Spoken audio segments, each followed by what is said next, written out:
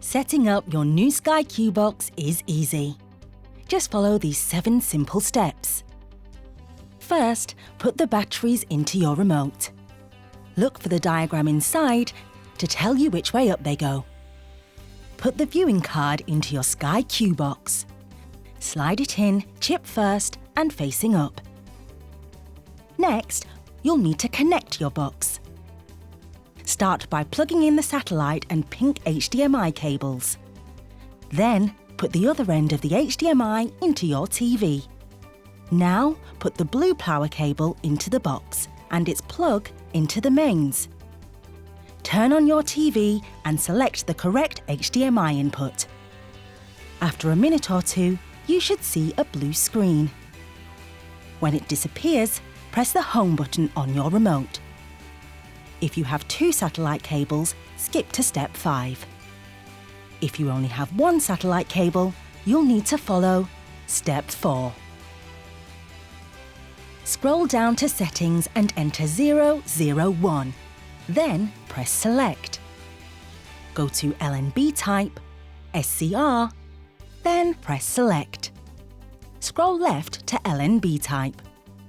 Now restart your box by switching it off and on at the mains.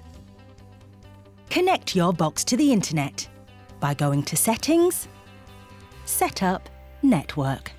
Select your Wi-Fi network and follow the on-screen instructions.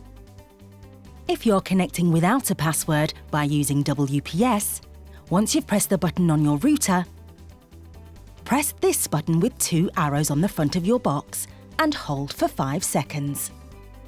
Next, pair your viewing card. At this point, when you press the home button, you should see this message on your TV.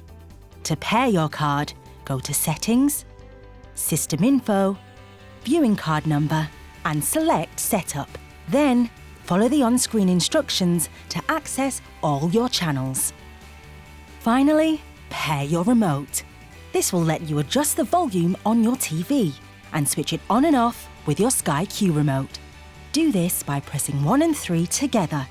Then follow the on-screen instructions. If you have Ultra HD as part of your package, to enjoy the best possible picture quality, you'll need to set it up on your box.